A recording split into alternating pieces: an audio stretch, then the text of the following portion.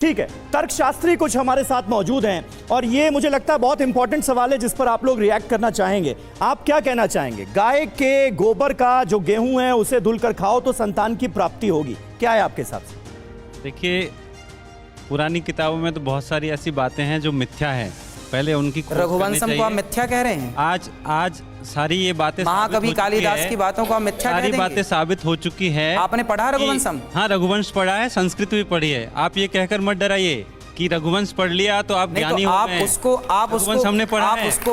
आप बाबा सुन तो लीजिए, सुन तो लीजिए। आज ये प्रमाणित हो चुका है कि स्त्री और पुरुष के मिलने से बच्चे पैदा होते हैं, गाय का गोबर खाने से बच्चे पैदा नहीं होते हैं।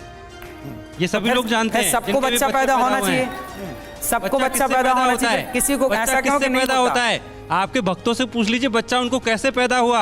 अच्छा ये बताइए, आपने कहा कि स्त्री पुरुष के मिलने से बच्चा पैदा होता है, तो सारे स्त्री पुरुष तो मिल रहे हैं, फिर भी क्यों बच्चे पैदा होने की समस्या खड़ी है? इसलिए जनसंख्या बढ़ रही है, इसलिए जनसंख्या बढ़ रही है, इसलिए हम 150 करोड़ हो गए हैं। अरे भाई, फिर ये केस क्यों है कि गाय का गोबर खा के नहीं हुए हैं 150 करोड़? ठीक है, तो सवाल क्या है आपका? मेरा सवाल ये है कि मिथ्या बातों को छोड़िए और कुछ तार्किक बात कीजिए। समाज को तार्किक बात है, आप मानो ना मानो। जवाब दीजिए बाबा।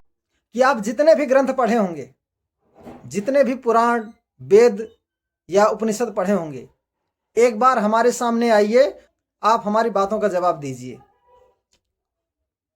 आप जो बोलते हैं केवल जनता को मूर्ख बनाने की बात करते हैं, और जनता मूर्ख है भारत की, जो तुम्हारे पीछे लगी रहती है और तुमको दान दे करके, पैसा दे करके तुमको इतना बढ़ावा देती है।